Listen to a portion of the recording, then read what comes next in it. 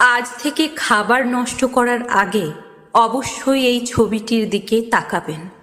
এই সেই পৃথিবী কাঁপানো আলোকচিত্র, যা তোলার পর ফটোগ্রাফার নিজেই নিজেকে শেষ করেছিলেন।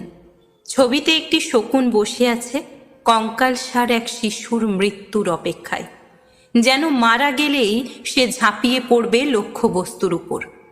ছবিটি তুলেছিলেন দক্ষিণ আফ্রিকার ফটোগ্রাফার কেভিন কার্টার। 1993 সালের মার্চ মাস, দুর্ভিক্ষ পীড়িত সুদান, কোথাও এক ফোঁটা দানা নেই।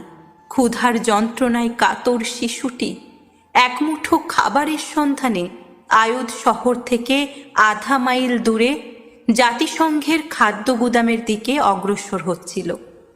এক পর্যায়ে সে তার মৃতপ্রায় নিথর দেহটি নিয়ে উবু হয়ে মাটিতে মাথা রেখে বসে পড়ে।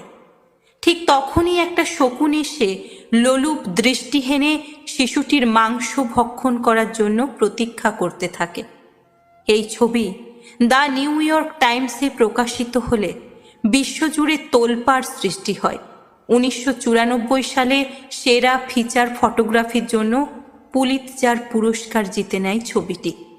কিন্তু ফটোগ্রাফার কেভিন কার্টার পুরস্কার জেতার 4 মাসের মাথায় মাত্র 33 বছর বয়সে নিজেই নিজেকে শেষ করে বসেন।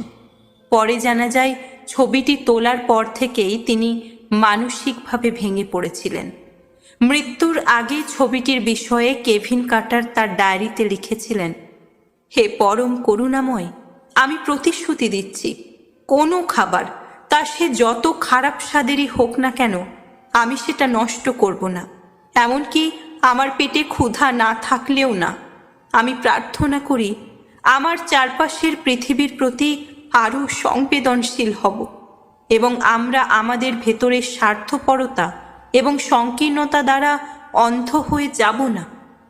আমি আরও প্রার্থনা করি তুমি ওই ছোট্ট ছেলেটিকে রক্ষা করবে, পথ দেখাবে আর ওকে ওর দুঃখ থেকে মুক্তি দেবে।